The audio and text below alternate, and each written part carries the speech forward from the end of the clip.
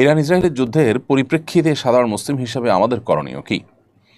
আহ, Iran ইসরায়েলের যুদ্ধের প্রেক্ষিতে শুধু নয়, বর্তমান জমানাতে অনেক ঘটনা প্রবাহ আছে, যে ঘটনা প্রবাহে আসলে আমাদের প্রপার কোনো ডিসিশন নেওয়া সবসময় ইজি নয়, বরং ধোঁয়াশায় পরিপূর্ণ এবং ফিতনায় পরিপূর্ণ। কিয়ামতের আগে আসলে ফিতনা এমনভাবে পতিত হবে, ধোঁয়াশা বিভ্রান্তি এমনভাবে ছেয়ে যাবে যে আমরা আসলে সিদ্ধান্তহীনতায় ভুগতে হবে, এবং সঠিক এবং বেঠিক সিদ্ধান্ত বের করে আসা, সঠিক এবং বেঠিক পথ নিরূপণ করা, এটা কঠিন একটা ব্যাপার হয়ে দাঁড়াবে।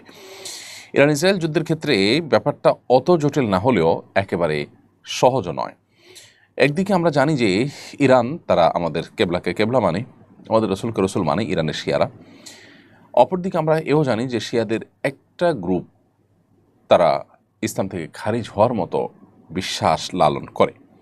যদিও শিয়াদের মধ্যে আর অনেক গ্রুপ আছে, যারা অনেকেই আছেন যে ইসলাম থেকে খারিজ হওয়ার মতো বিশ্বাস লালন না করলেও ভয়াবহ বিদায়াতে তারা লিপ্ত এবং সুস্পষ্ট বিভ্রান্তি এবং গোমরাহিতে তারা আছে। এ ব্যাপারে সারা বিশ্বের আহলে সুন্নাহ ওলামা ইকরামের কারোরই কোনো দ্বিমত নেই। চার মাযহাবের সমস্ত ওলামা ইকরাম এবং আপনার সমস্ত আইম্মা হাদিস মুহাদ্দিসিন সবাই প্রায় একমত। এটা একটা বাস্তবতা। আরেকটা বাস্তবতা হলো যে আমরা জানি সিরিয়া সহ ইরাক সহ মধ্যপ্রাচ্যের অনেকগুলো দেশে এই শিয়া প্রধান দেশটি ইরান বিভিন্ন সময় হামলা চালিয়েছে, এবং বিশেষ করে অতি সম্প্রতি সিরিয়াতে হাজার হাজার বরং লাখো আহলে সুন্নাহর আলেমদেরকে হত্যা করেছে, মসজিদগুলোকে ভেঙেছে, দখল করেছে, এবং সেখানে আপনার শিরকের রামরাজত্ব কায়েম করেছে। বিশেষ করে বাশার আল আসাদ, যে কসাই হিসাবে পরিচিত, লক্ষ লক্ষ মানুষের জীবনহানি করেছে, যে সে নিজে ইরানের অনুগত এবং ইরানের সহযোগিতা নিয়ে সে তার এই জুলুমগুলো চালিয়েছে। তো এটা একটা বাস্তবতা।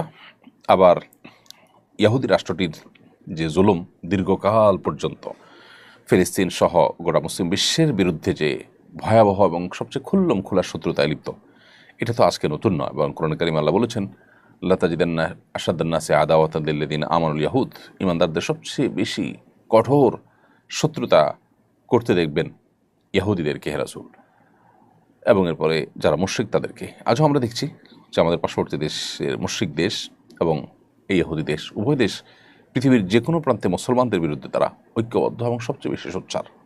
তো এই জন্য এই দুইটার মধ্যে আসলে আমরা কোনো একটাকে আপনার দেওয়া, প্রায়োরিটি দেওয়া এমনিতেই জটিল। তবে এটা ঠিক যে আমরা যারা আমাদের আহলে কেবলা নয়, সেই ইহুদিদেরকে এক সাইডে রাখলে অবশ্যই শিয়ারা, যারা আমাদের কেবলাকে কেবলা মানেন, যাদের সাথে আমাদের অনেক দিক থেকে মিল আছে, তারা আমাদের সন্দেহাতীতভাবে আমাদের বহু কাছাকাছি, সেই জায়গা থেকে তাদের প্রতি আমাদের সিম্প্যাথি, তাদের প্রতি আমাদের সমর্থন থাকার কথা সূরা রুমের মূলনীতির আলোকে।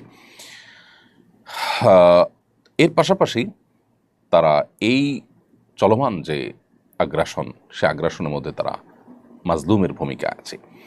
সেই জায়গা থেকে আমরা মাজলুমের পক্ষাবলম্বন করাটা, এটা হলো আমাদের জন্য সবসময় কর্তব্য। আমরা কোনো অবস্থাতে জালেমের সহযোগী বা জালেমের সমর্থন, এটা আমরা কোনো অবস্থাতে করতে পারি না।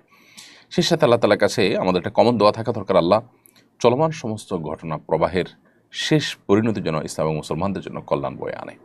সে দোয়াটা আমরা মনে প্রাণে আল্লাহ তাআলার কাছে বেশি বেশি নিবেদন করব, এবং সকল প্রকার জুলুমের অবসান, জালেমের পতনকে আমরা আল্লাহ তাআলার কাছে কামনা করব কায়মন বাক্যে।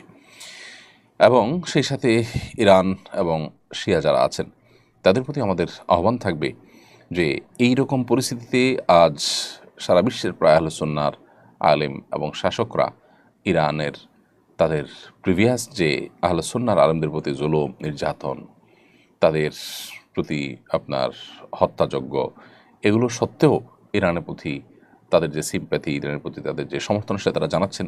অতএব তারাও ভবিষ্যতে আহলে কেবলা নিজের স্বগোত্রীয় ভাইদের সাথে আচরণ করার ক্ষেত্রে তারা যেন আরও দায়িত্বশীলতার পরিচয় দেন।